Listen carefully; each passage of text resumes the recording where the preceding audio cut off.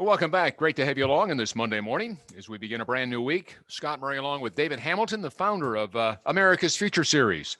And this is our joint pitch day. Joint military pitch day. Yes, sir. Love it. And I tell you what, we've had some great stuff already. Here it is, only 10 o'clock in the morning Central Time, 11 o'clock Eastern Time, and high noon awaits, but we've got still some great stuff between now and a little later on tonight.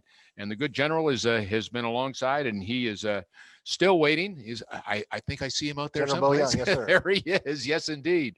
Hello, General. You've got Stephen Rodriguez. I tell you what, I'm going to step aside, just let you introduce everybody you've got coming up and what our next group is going to be sharing with our incredible audience all across America today. Great. Thanks, Scott. Yeah, it's really my great honor to introduce Stephen Rodriguez, who will lead and moderate our panel on defense industry investing.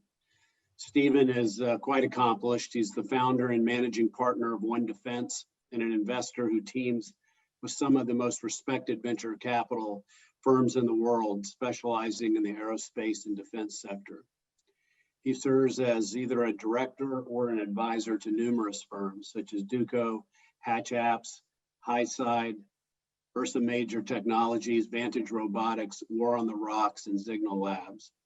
He's a government mentor for Techstars, an expert mentor for Stardex, a senior advisor to the Atlantic Council, and a senior innovation advisor to the Naval Postgraduate School. Stephen's worked on the defense policy teams of the Romney and Jeb Bush presidential campaigns, served as a special advisor to Secretary of Defense Robert Gates, and also served as an advisory committee member at the Council of Foreign Relations. Stephen has an MA from Georgetown and a BBA from Texas A&M. So in that spirit, we say howdy to Stephen and turn it over to you. Geegum, General. Thank you. And thanks for my panelists for joining me as well. We have Heather Richman, Guy Filippelli, and Steve Smoot. What I'd like to do over the run of the next hour is to first off have my panelists give a brief 15-second introduction on themselves and their relevance, especially for this panel. I would also encourage you to turn on your videos and unmute yourself as well, while you do that. And then we'll dive into some great questions that we have. So with that, let's go Heather, Guy, and then Steve. Over to you.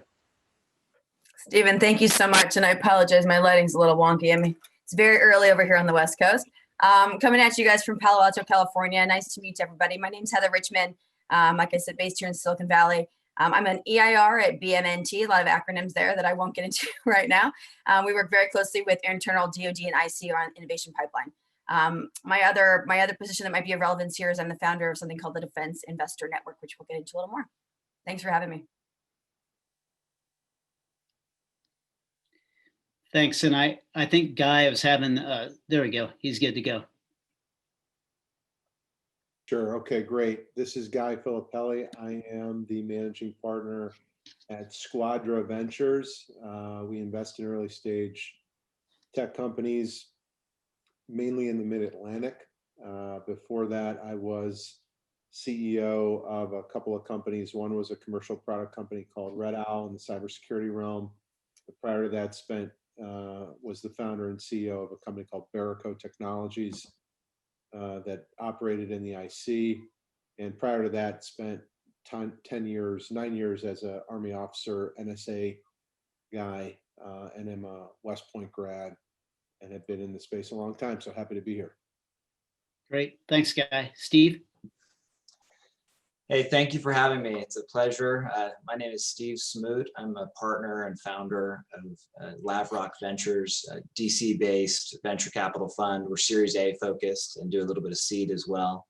Happy to be here. We do a lot kind of at the intersection of commercial tech and federal government. So, outstanding. Well, I'm really happy that the three of you joined. So actually Friday, we wrote our last check, $1.5 million check into a company called EdgyBees that I'll join as a board observer on. And it's been an interesting experience from our perspective. And this is why I wanted you guys on in particular to talk about, the intersection of investing and national security. The reason why is a lot of the discussion in even panels like this tend to get people from Silicon Valley who are unquestionably elite investors, and yet they don't have the the chops or the depth of experience in the national security sector, particularly to understand the alignment of requirements with the alignment of their own investing criteria. And the challenge then is they end up having to rely increasingly upon intermediaries to help them do that. And I think, as you guys know, at the end of the day, when you ask other people for money to invest in your fund, you're responsible for making those investments, not an intermediary or an advisor or someone else. Only you and your team can do that. So that's why I'm thrilled that we have you three in particular on this panel. So let's get things rolling. First question, which is directed towards Guy, but again, please, any of you, feel free to elaborate and riff on it, is how is your background, having founded several technologies? You mentioned Barrico and Red Owl, of course. How has that helped you be an effective investor in the sector?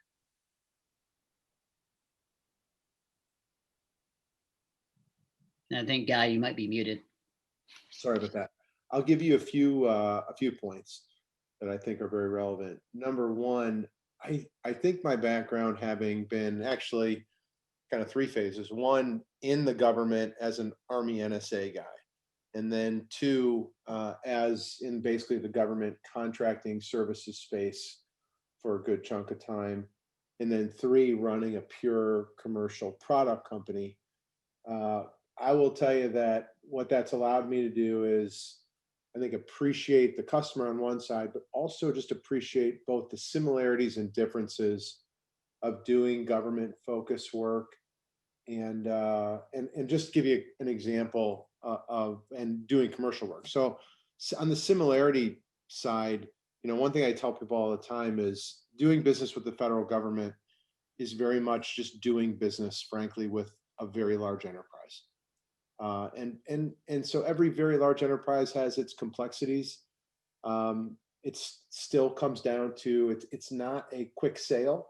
It's a shape the customer. It's embrace your champion, help him or her create budget and buy in and drive it through, given everything else around it. It's the same thing you're going to have to do at Bank of America or any of these other large institutions. And it is obviously very different if you're doing smaller stuff.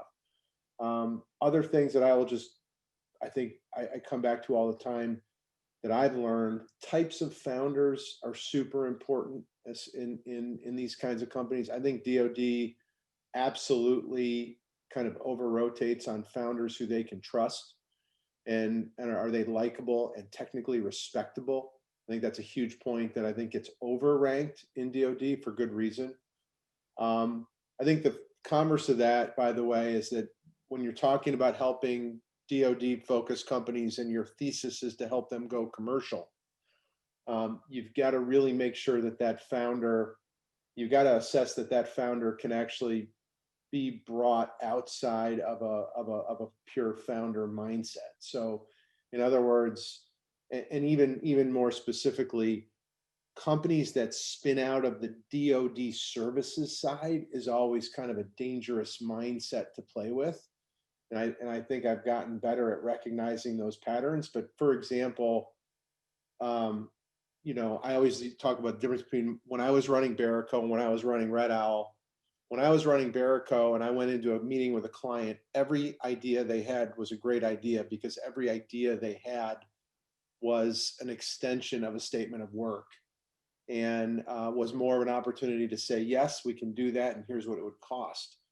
That mindset is dangerous, if not suffocating, for the product CEO, who's got to figure out a way to stay on course and stay on roadmap, and being able to realize that it's not just about the revenue you generate, but it's the right kind of revenue, focusing on being able to produce a consistent sale to multiple customers and solve the same use case with the same technology. And so I think those are all important lessons learned for me. They've enabled me to be better. The last thing I'll just say in general is, having been on multiple sides of this, having seen good and having seen bad, and having lived through a cycle or two, I think I have the ability to be real, to not just wave the flag or throw out talk.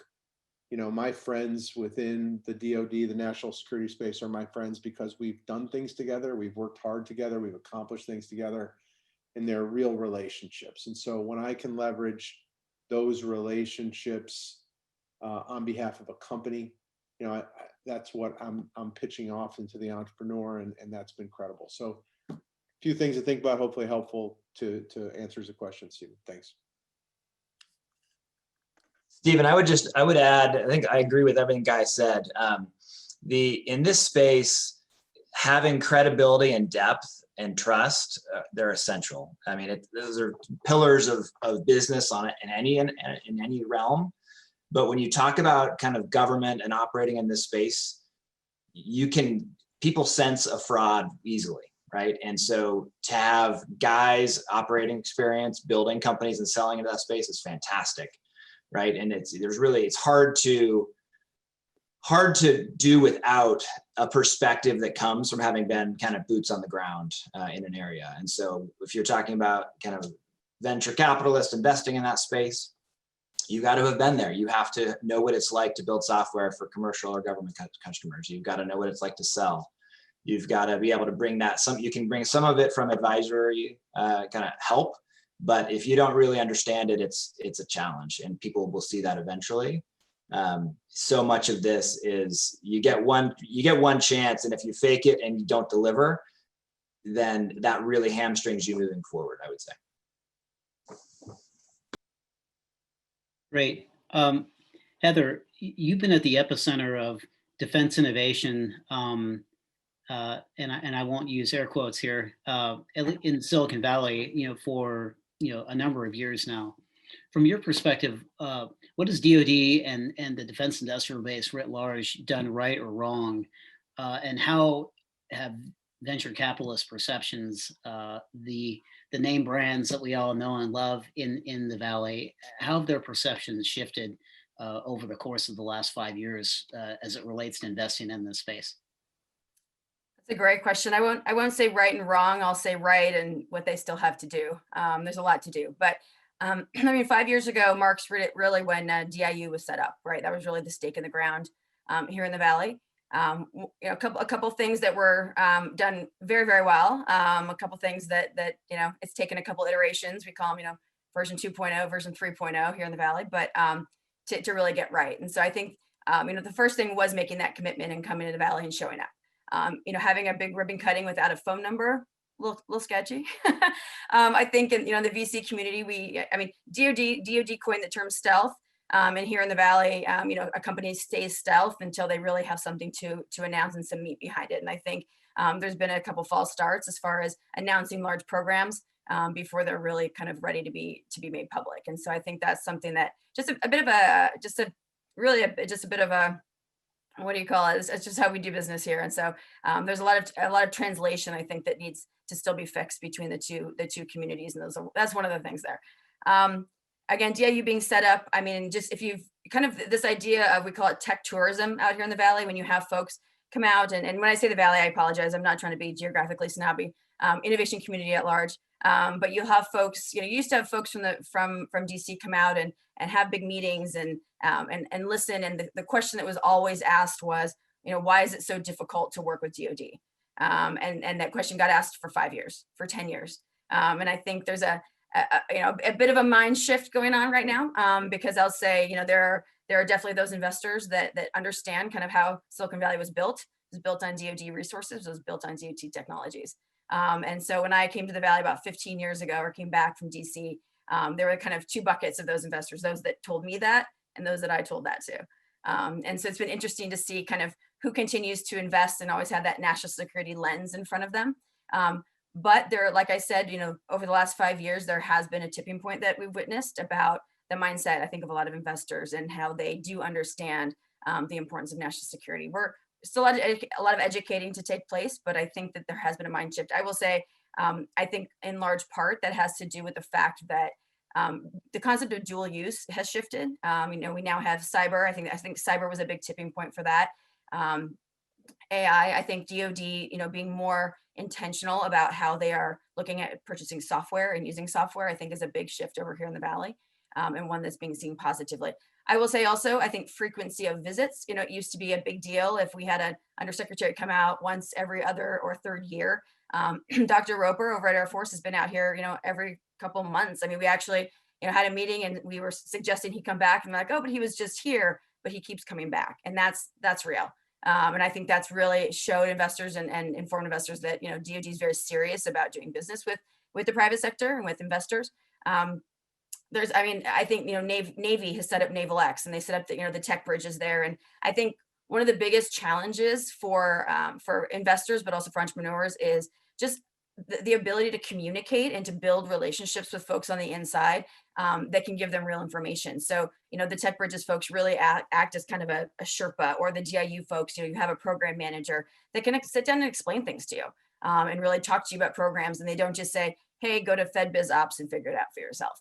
So I think really that personal relationship, I mean, I talk a lot about people in what I do, and Guy and Steve, they'll tell you, investing is completely based on relationships and people. And I think one of the biggest challenges with DoD is when there's a RFP open, you're not allowed to talk to the people. You're not actually allowed to talk to the team and talk to the company. And so I think there seems to be kind of an opening of that aperture where the communication piece and the availability of people on the inside, I think has become a lot greater.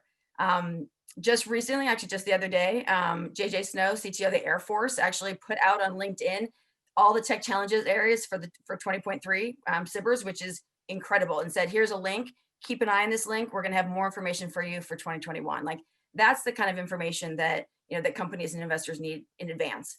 So we can actually start looking down, these pathways. I guess a couple things that I'm still hoping will become a little more clear is really just clarity around transition. We've looked at, SBIR phase 1s, phase 2s. I know there's a lot of excitement around this concept of a phase 3, but I know there's still a lot of gray around that and what that process looks like. And I think, as companies are maturing, and as companies that 5 years ago kind of decided, okay, now's the time, we're willing to look at national security as a potential market, that transition pathway is still a little murky. So the more clarity that we can provide both to entrepreneurs, but also frankly to investors, because a lot of times they're the ones leading these companies, or at least, helping advise them. Another thing I think is around kind of timelines and signaling. A really interesting thing that I've seen recently is with Agility Prime.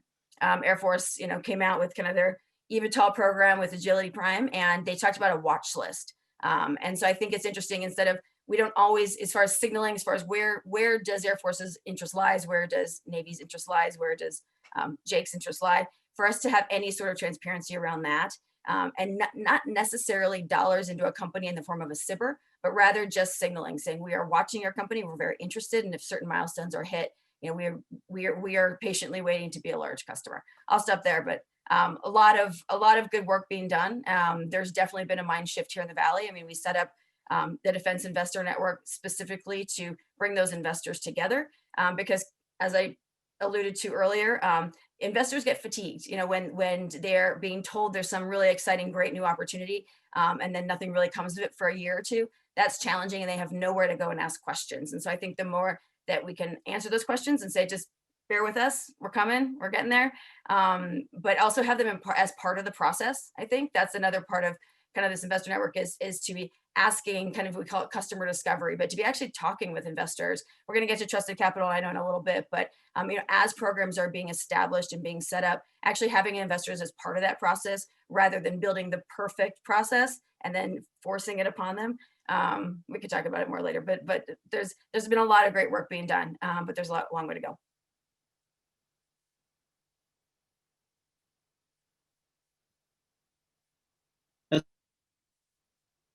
Oh, that's a great tee up. Let me flip it over to Steve. Steve, one of the things that I've wrestled with in terms of our own portfolio management, we have 10 companies in Fund 1, and we're nearly done raising Fund 2, is the shaping of those companies in the shaping of their portfolio in a way that's optimizes their potential for the next investment round or the next, or hopefully an exit or an IPO. A simple example is coaching them, and I'm offering this not just to get in the weeds with, with regard to venture capital, but also for many of the companies listening who are interested in seeking capital in the future. One of the things we try to coach them on is to focus on net income instead of focusing on revenue as in terms of how they present themselves to investors. So from your perspective, what are some of the challenges people who are interested in this topic, and that being investing in national security, what do they generally miss, or they just simply don't understand when talking about this subject, whether at panels or events like this, or just from your personal experience talking with companies trying to get into the sector? Sure. So, a few things. One, I think it's easy to, everybody knows that the sales cycle times are long in the government.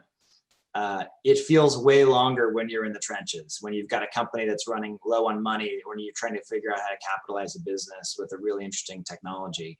And I think aligning expectations from executive team, from board, it's really important that everybody understands the vision and knows that it's going to take some time. Now, I think particularly when you're talking about commercially focused companies, I mean, my personal interest, I agree, Guy mentioned it earlier, it's really hard if the team is oriented towards government, it's really hard to expect that team to be able to go build a high growth, scalable, commercially focused business. I think it's a little easier, in my personal opinion, to kind of go the other way. And if you've had success selling commercially, to then say, hey, how can I pivot and use what I've built for these large enterprise customers and sell it to the government? And there's some growing pains with that for sure, but I think it's important to know what you are and kind of really assess the management team's abilities and what the kind of capability set of the company is. I think, your question was kind of what do people miss? I think the impact of the kind of broader USG kind of political system is really, can be profound. It can be profoundly positive or negative. I mean, we've had instances where our companies have been on the cusp of massive company changing contracts where, Congress or maybe, the White House, you've had, President Trump will change, fire somebody or make a hiring decision. And those have ripple effects through, contracts that can be imminent and further delay contracts. And so you just have to be prepared for bumps in the process. And it's hard to prepare for that. And it goes to my first point on kind of aligning a management team and exec and board behind the strategy, knowing that there will be some setbacks periodically. I think you really can move the needle when you talk about institutional knowledge, making sure you have the right advisors and the right investors. If you're interested in selling into the government and don't have the kind of core capability, if you don't come out of the DoD yourself or the intelligence community, you need to surround yourself with people that can help you with it, because it's not something that's intuitive, despite the efforts of great organizations to make that a little bit more digestible. And that I've said earlier, it's hard to fake it, but you get some people who try. But groups like DIU or InQtel or the SBIR program, they are phenomenal, and many other groups at helping to make that a more digestible process, but it's still hard, and you still need to kind of know and surround yourself with people who can help you navigate it. There's no replacement for understanding who the customers are and where the budget availability is, and what the technology needs of specific groups within the agencies you're trying to sell into. That matters, and it really does move the needle. The last point I'll make on kind of things people maybe miss is balancing commercial and federal growth. So I said earlier that we prefer businesses that are commercially focused but want to sell to the government. when you talk about downstream funding, I think it has become more in vogue. Dual use products and technologies have become more in vogue in recent years, I would say. Certainly in the last 9 months or so with COVID. But there are challenges when a lot of times when you succeed on the government platform and you can secure these big contracts you're seeking, it can really take your business out of whack, where maybe your commercial side is growing well, but you win a couple of massive government contracts. Looks great on paper, it helps fund your business, but a lot of downstream kind of financing providers, those VCs say they like government stuff, but if you have too much government as a percentage of the whole, that can pose problems. I could jump here on this as well. I think those are great points, Steve. I'll reiterate. I want to take one step back on the question. When you're talking with an entrepreneur and you start tackling these issues, the first thing I think you have to be honest with yourself about is, are you a company that is solving a government problem, or is the government another just large enterprise for you? And if you are the latter, this is a very different scenario than if you are the former, number one. Second of all, let's just make an assumption for a second that we're selling software, and so put the hardware world aside. I know there's a lot of hardware companies in the room today, but let's put them aside. But the same fundamentals probably apply. What the investor community is trying to make a determination here when they offer you, when you're a company and you're out of the gate and you're raising $3 million, $5 million, $10 million, and you start saying, well, we're worth $20 million, $30 million, $40 million. All of that is a calculation on the future potential value of this company and your ability to prove that with very small marginal cost of reproducing this software, you can sell this thing to dozens, if not hundreds of customers. And especially when eventually brought into a larger chain of an organization that has a global sales force, that you could reach thousands of customers with this thing you've built. And all in net, it's going to cost you $1 to build it, another $1 to distribute it. You're going to sell it for $5 and you're going to generate $10 of value for the customer. And so, if the government revenue that you have enables you to prove that value prop, then it's good revenue, especially if it coexists with commercial customers paying the same thing, essentially, for the same product and solving the same use case. Then it's great. And no one's going to look at that. Yes, if it's massively overweighted, it's going to be bad. But if the government customer, and this is where I think companies get in trouble, and we've all been a part of this before. We've been when you have a government use case that's separate from the commercial use case, when you have a government funding mechanism that's paying some sort of fancy one-time product and non-recoverable engineering type dollars that juice the revenue versus what they're actually charging from a license perspective, when none of that lines up against the commercial space, it doesn't serve as a proof point. And you have to appreciate that. And so, what I always try to push for, Stephen, go back to your point about you push for net income. I actually take a step back. I try to push for fundamentally sound unit economics. And I try to obsess at the board level with the companies about proving the argument that we have this thing that has consistent unit economics across the board. And that, yes, the government is one of the first set of customers. Yes, we may have gotten some big chunks of engineering reinforcing dollars because of some of these programs. But what we're really looking for is we're looking for government to become a customer that proves out the licensing value prop.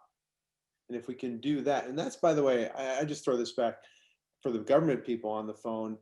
A lot of times I know the government wants to be a great customer, Well, when you think about what valuing that cost, I think sometimes they over rotate on the importance of money. It's not the amount of money, it's the kind of money. It is the color of the money. It's the type of the money.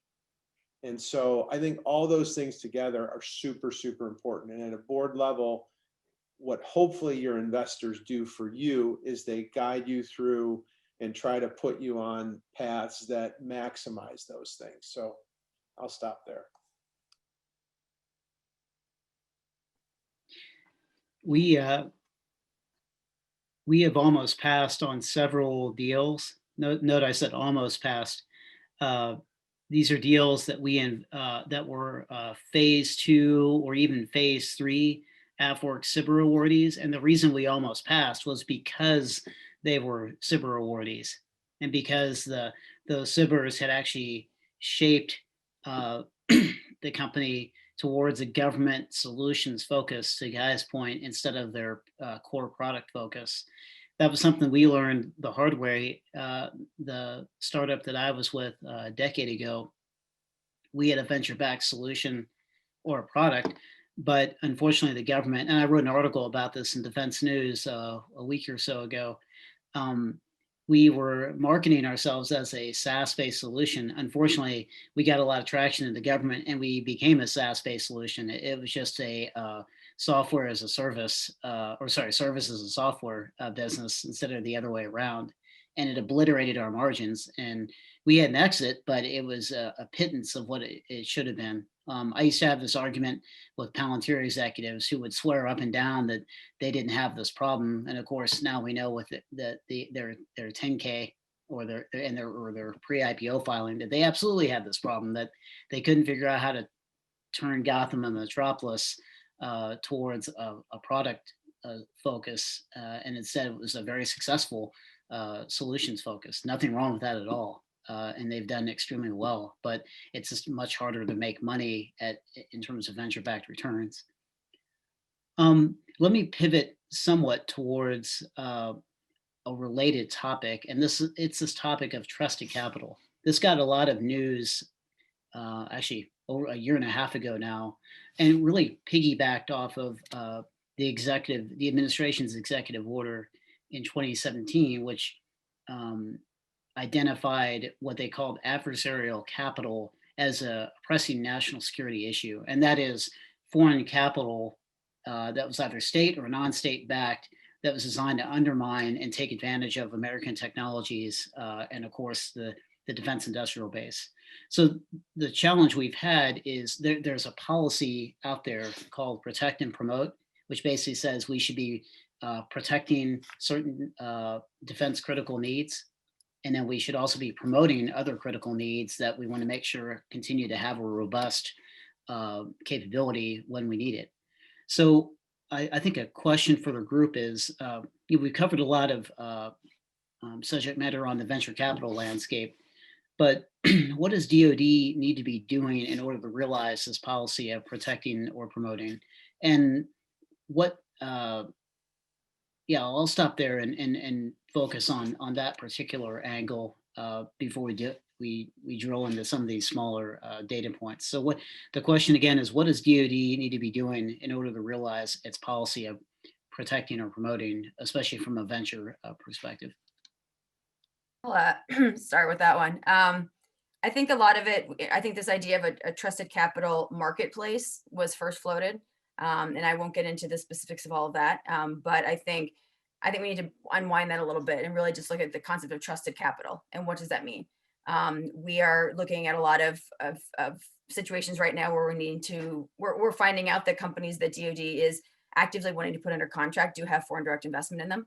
And so I think there's a lot of gray around how much can they have, where can it come from, a lot of these sorts of things. And I know the conversation started about a year and a half ago. We had a group come out here to the Valley and have those conversations, and I think a lot of those conversations are had in very public forums, no offense.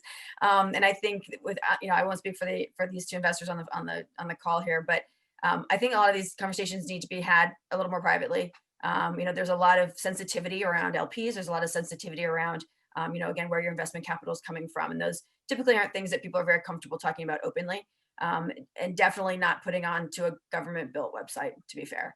And so I think just having kind of increasing a level of respect for the privacy of a lot of the private capital, I think is important.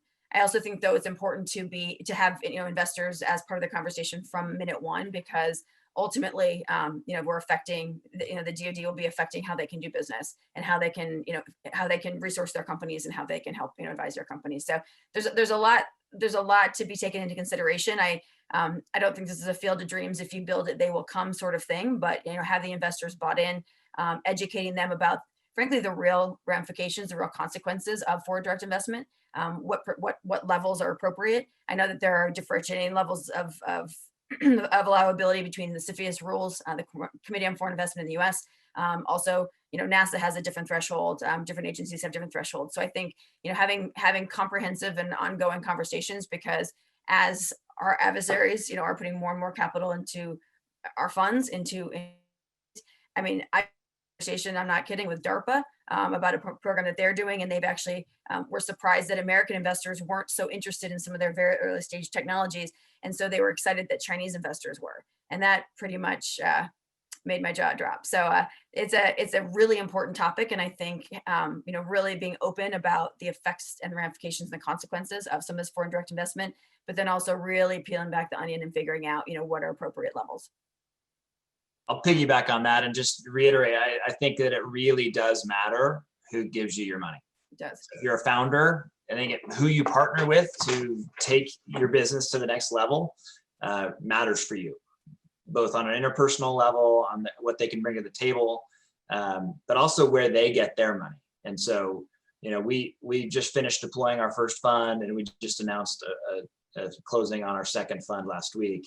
And as we've gone through that process, it's been very important for us that we know who those LPs are and where they are from, and not just, it's not like you're blacklisting certain countries, although there are some countries that are probably blacklisted.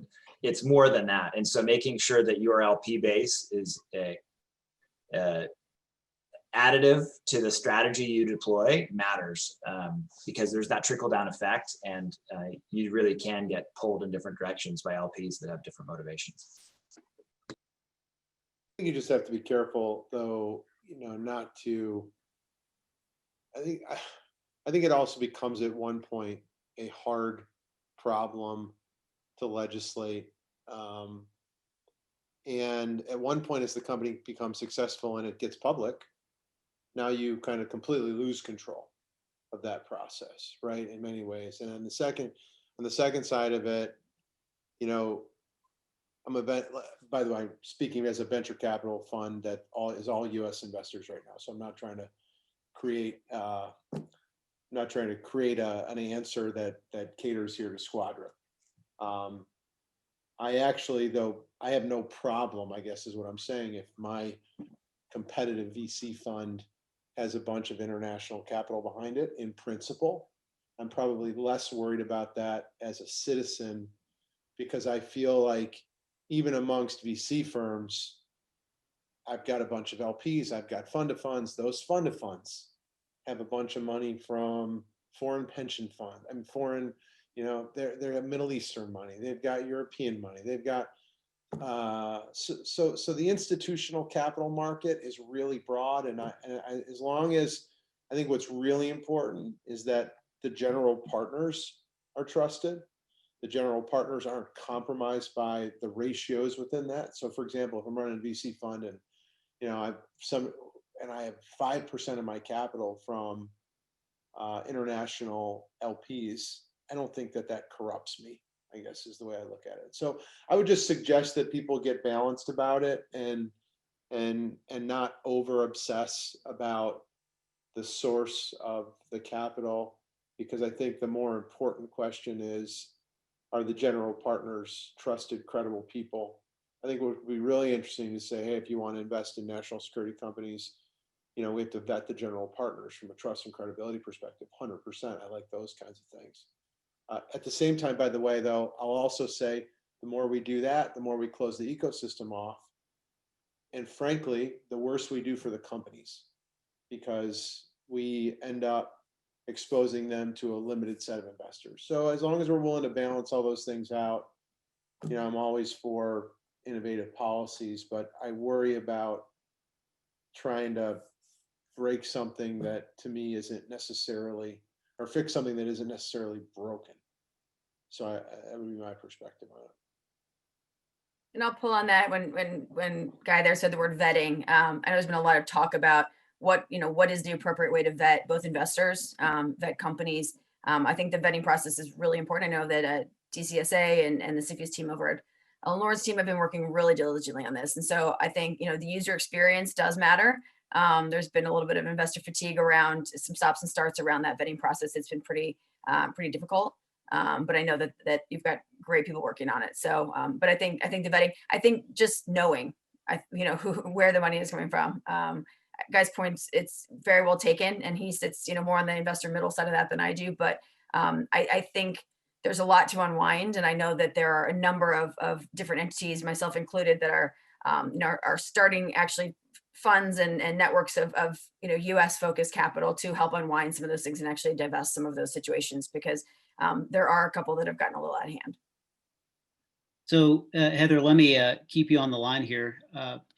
Last year, Industrial Policy and Undersecretary Lord, they kicked out I believe it was a firm fixed price, or an RFP for a firm fixed price contract to kickstart and get the trusted capital marketplace contract or endeavor going. That was subsequently pulled back. So how could a trusted capital ecosystem be kickstarted without a contract from the government, to your and Guy's point in particular? Thank you for teeing that up. Honestly, that was kind of the impetus behind the Defense Investor Network, was how do we just start to identify and then bring together this ecosystem of investors that are trusted. It's obviously much broader than just our group that we've got so far. But I think making it about creating an ecosystem of U.S. and allied, frankly, investors that trust that, and building that trust with inside and outside, building those relationships, with private capital folks on the outside and folks on the inside that are looking to deploy that, but also then building relationships, trusted relationships between the investors. I think that's a big piece of it. We're kind of all in this together, and as we're looking to to syndicate deals and to like I said, frankly, there's going to be some situations, we're in the middle of a couple of them right now, where we're going to need to divest some investors that are problematic. And so how do we create an ecosystem where we can have those conversations?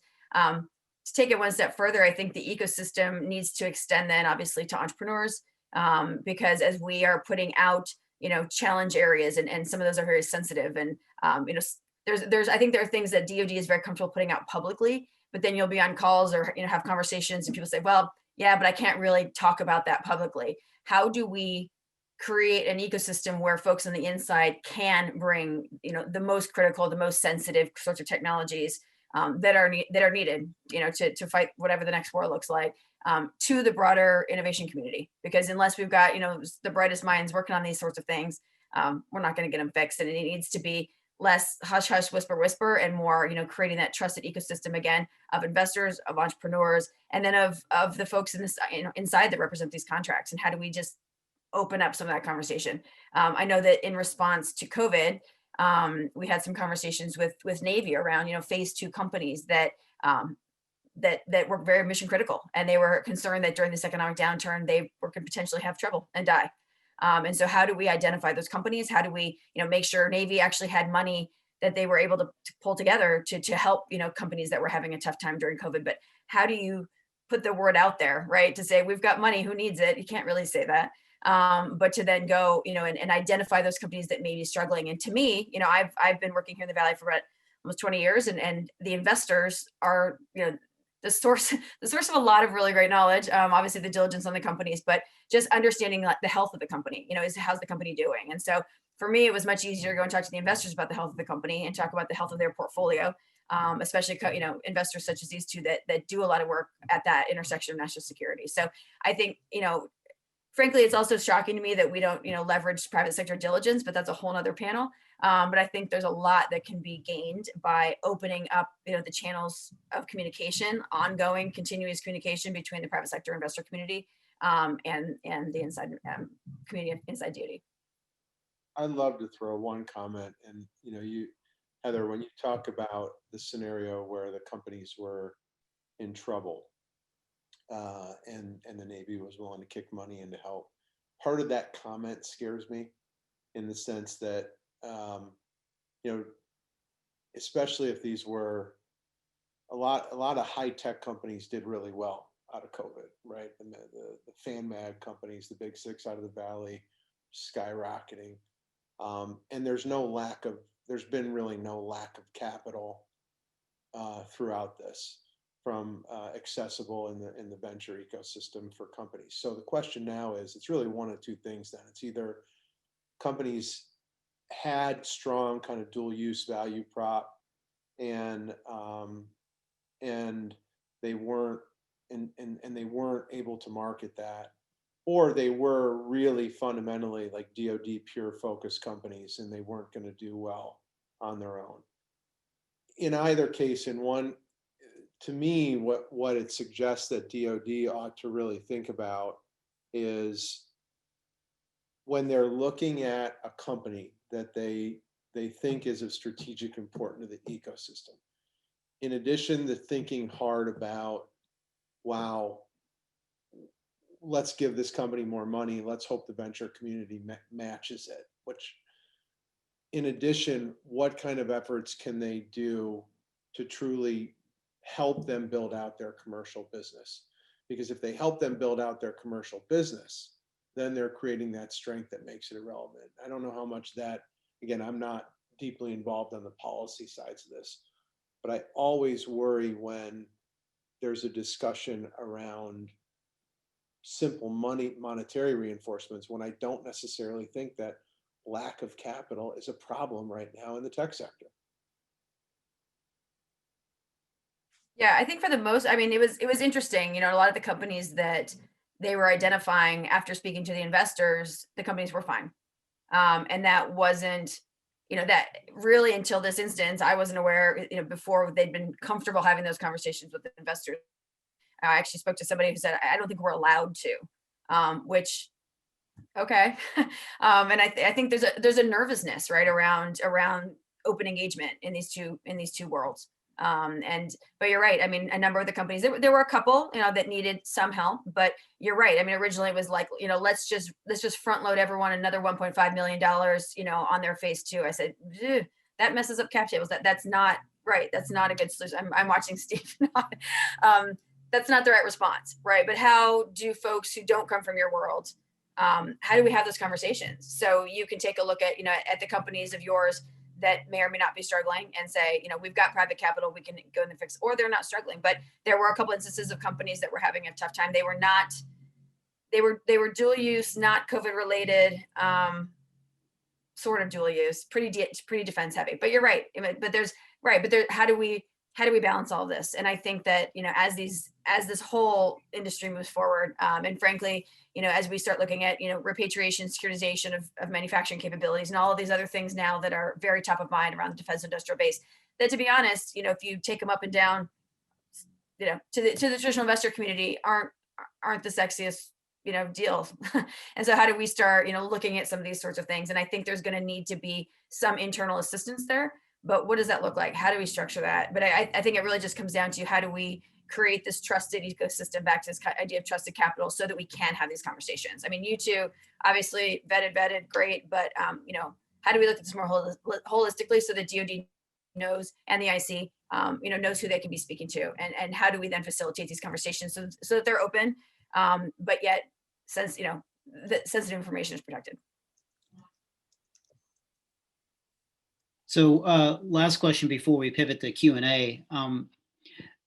We've covered a lot of good tidbits of advice for especially the startups on the line right now. What's one piece of advice that you would give that hasn't already been said to companies that have either been purpose built for this sector or are already established. And as Guy was saying, trying to enter the national security market. And I'll give you one that we look at here. We there's a tendency to view investing as from the company side as we won't lose your money or we'll make you money. Our thesis being in that Series A sector, similar to Lavrock, is we try to look to recapitalize all of our fund with every single investment that we make. I used to have this argument with Trey Stevens because he would say, "Oh, he's on our board of advisors," and he said no to every single deal I ever brought him. But then one day he reminded me that he said, "Hey, look, Founders Fund number 6 or whatever, whichever one they're on now, is $1.1 billion.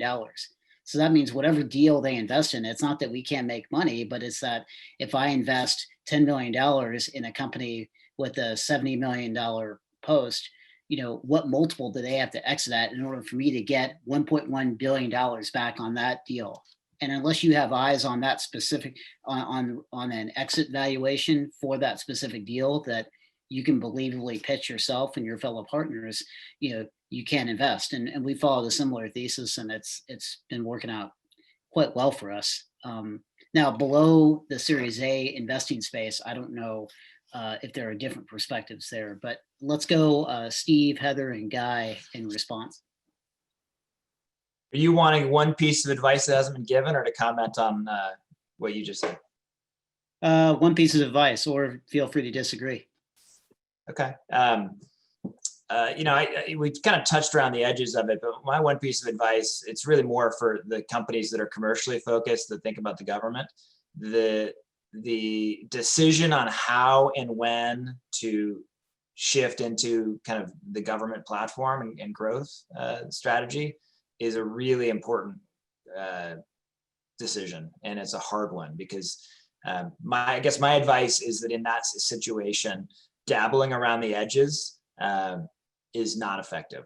Putting in an application or two for an SBIR and then maybe you grow, it doesn't seem like it works. I'm not saying you jump in and hire a full federal sales team from the starting line, but understanding how to kind of message and massage that with internally and make that a realistic expectation for success is something you just have to have a plan, and you need to execute it really flawlessly and be committed to it. But that nuance is the hardest thing about going from commercial to government. I definitely echo that timing is really important. I know there's a shift, that's happening around the idea of working kind of left of requirements or figuring out, what problems are we trying to solve, rather than looking at a rec or a spec sheet for, technology that we've been told is going to solve the DoD's problem. Definitely a shift there. I think, I know it's cliche, but finding those internal champions, problem owners, those people who are going to really kind of Sherpa you through. I helped start something called Elemental Accelerator, which was a $30 million Navy initiative to use Hawaii as a test bed for energy. And the money was about the size of phase 2, a little over $1 million. But it became the carrot. And I think what was really the most helpful was the massive handholding. You're going into a completely different world. And I think that a company that thinks that your same sales team and your same organizational structure and your same timelines and all the same rules are going to apply, to the DoD sector that apply to the commercial sector, it's just a completely different animal. It's a completely different customer. On the DoD folks, I would, really just kind of challenge them to, look at market terms and speak in market terms and look at kind of try to pull themselves out of their silos. And if we can talk about, I jokingly called the military addressable market or the MAM, but bring together some of these, whether it's a service or a COCOM and anytime that there's overlap in a capability or a need, if they can come together and actually work together with a company, rather than a company, especially a small company, having to go to each individual service and each individual COCOM, to sell to them. That's a huge challenge. So the more that we can start to bring together that addressable market inside the military, I know will be very helpful. Advice I would give to companies: when you're raising a round of capital, appreciate that you're really raising, there's two things that you're doing. There's two reasons why somebody's going to give you money. They believe in the long-term vision, and they appreciate how that may end up, which most of you always do a great job of explaining, frankly speaking. The second though piece is they truly are, unless you're on this rapid path to profitability, which most are not, they're truly funding the next 18 months, because at that point, there's probably another injection of capital. Appreciating that you're trying to go from point A to point B, and it involves most likely the achievement of things, a set of things, i.e., hey, we're going to go from, we're going to build out our sales team, and we're going to go from $1 million to 5 million, or $1 million to 10 million in sales. Have you really, what I find most companies lack is they've not put the time in to fundamentally map out the expenses along the way and the output of those investments they're about to make. And they don't have the proof points that give the investor the confidence in those investments. So for example, if you know with your Series A, you're going to hire, or your series, would call whatever you want to call the series, you're going to hire an additional 10 salespeople, and an additional, you're going to quadruple your marketing budget, and you're going to add, an additional sort of biz dev type entity on there. You're going to put in all these BDRs and SDRs and accounting execs. Wouldn't it be smart if in the 6 months before you did that round of capital, you maybe took on a small injection of, if you'd never done any of that stuff before, that's a great time in my mind to bring on a small injection of maybe some bridge capital. The purpose of that bridge capital is to prove out some of those assumptions. So now when I take that deck to the market, I'm actually asking to simply 10x down on a strategy that I've already started, and I can already demonstrate the proof points of that. That to me is the tactical aspects of fundraising that I think a lot of early stage companies could do much better at, realizing that they're trying to prove this very tactical value prop over the course of the next 12 to 18 months in pursuit of a much bigger strategic kind of set of objectives. And I just, again, I don't see it enough in the space. I'd be curious what others see or don't see in that regard.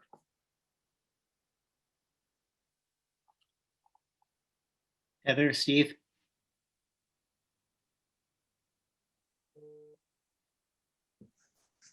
Yeah, I mean, I don't know that I have an answer that's clearly defined. I think what I see is a variety of preparedness when companies come for funding.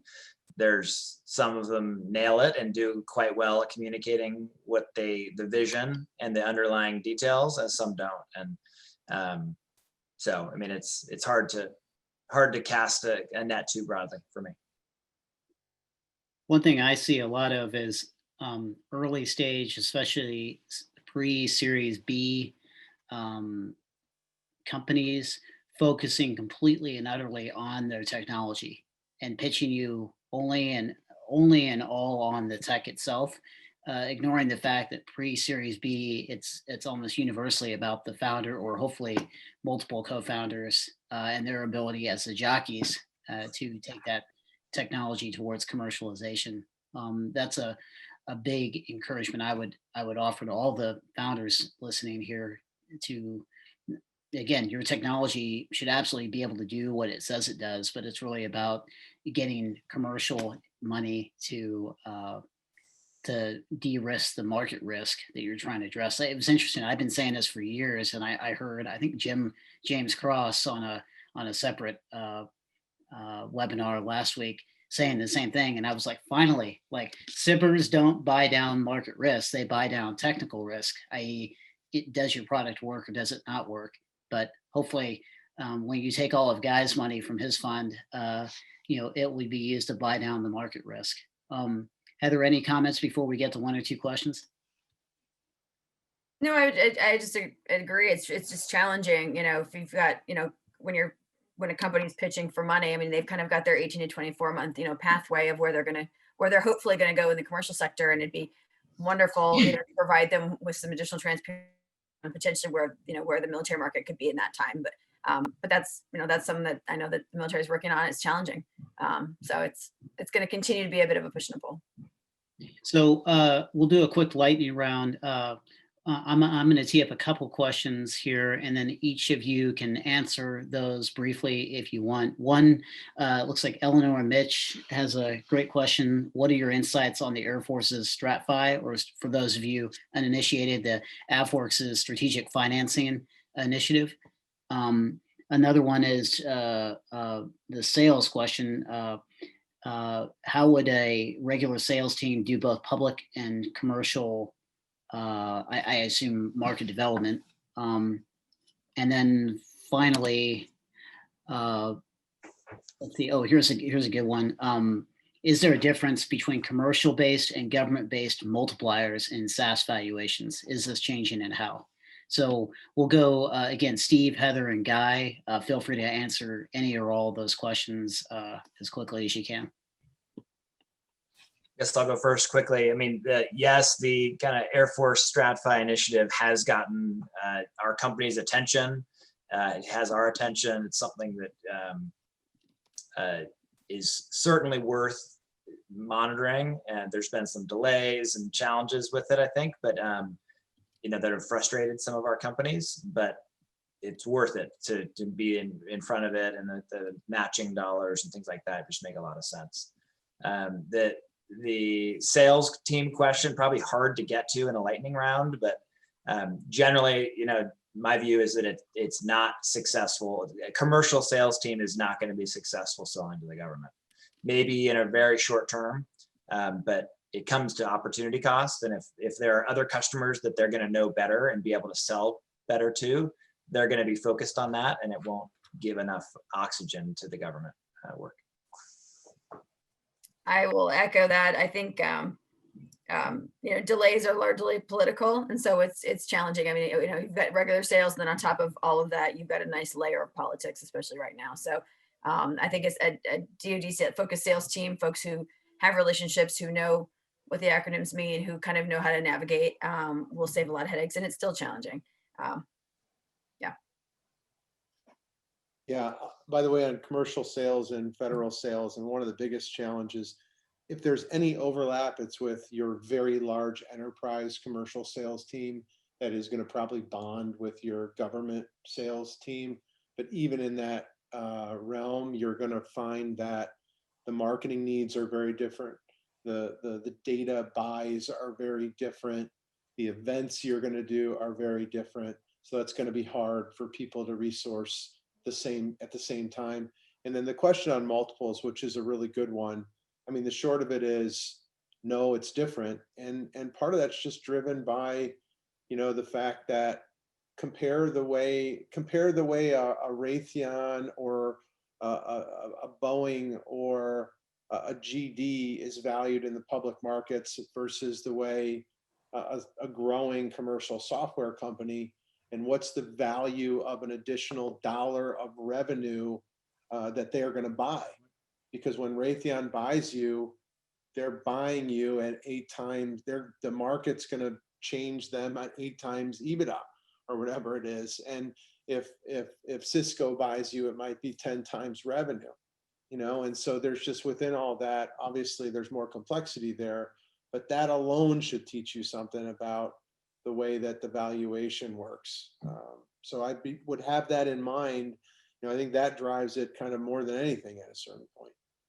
That's the reason that investors generally favor commercial revenue, right? I mean, you get paid for it on the back end.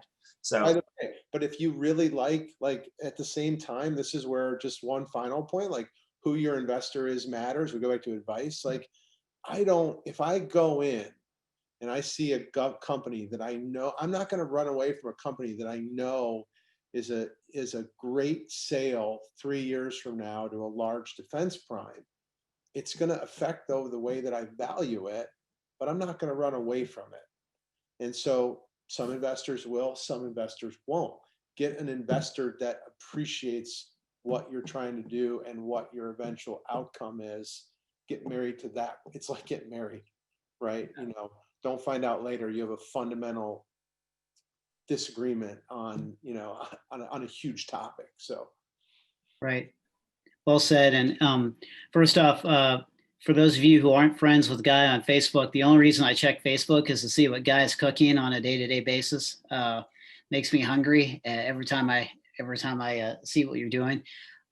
Steve, Heather, and Guy, thank you very, very much for taking the time. I also want to thank Graham and Jack for giving us the opportunity to organize a panel that we actually tried to be genuinely helpful to folks listening in on. Most of these panels I've listened to before, they tend to be way too much in the stratosphere and not helpful to companies that are actually looking for capital. So thanks to you both. Also, thank you to General Young. You have the coolest name, by the way, of all the general officers I know. Bo Young has to be up there at the top. Thank you, sir, for the kind introduction. And with that, I'll turn it back over to the conference organizers and moderators. Thanks, everybody.